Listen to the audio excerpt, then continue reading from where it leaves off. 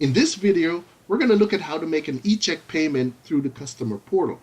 Now, there are lots of regulations regarding eChecks, and one of them is that the customer must define a PIN number inside of their account. That PIN number will be used to verify their identity whenever they make an eCheck payment. So let's first go and set up a PIN number in this customer's account. To do that, we click on Accounts and we click on Update Account Info. I'm going to scroll to the bottom and you'll see two fields, one that says Old eCheck PIN and one that says New eCheck PIN. Since this is the first time the customer is entering a PIN, we're going to leave the Old eCheck PIN field empty and enter the new PIN in the new PIN field. So we've typed in a new PIN number and then we simply click Submit and we got our success message. So now we're set up with a PIN number. So now we're going to make the payment. To do that, I'm going to Invoices and I would click View Unpaid Invoices to look at the invoices that I have to pay. And here I do have one set up, so I click on it and I scroll down and there's the Pay Now button.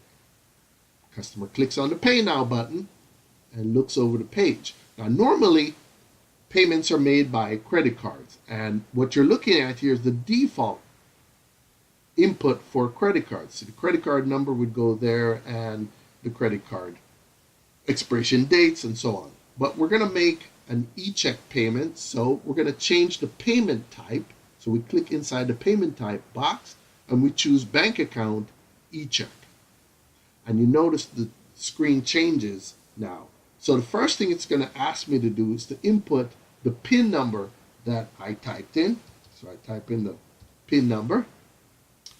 Which type of account do I want the money to come from? My checking account or savings account? We're going to leave it checking account. And the name of the account. That's the name on the account. I want to save this information on file. So I'm going to click the Save on File checkbox. Then I'm going to put in the name of the bank.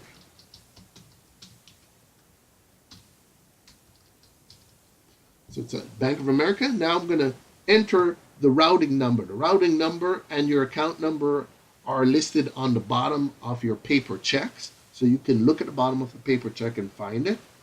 So let's see.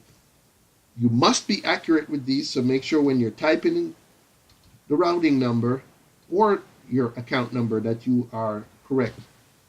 So I type in my account number.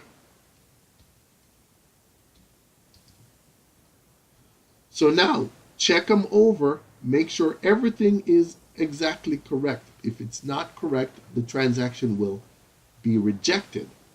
Okay, now that I've checked it over, I'm going to click the Submit button once. So click the Submit button, and there, my transaction has been successful. So that's how you make an eCheck payment through Hydroscribe. Now, the next time that the customer has to make an eCheck payment, they do not have to define a new PIN. The PIN is saved, and from then on, they will use the same PIN number to make all their payments using eChecks.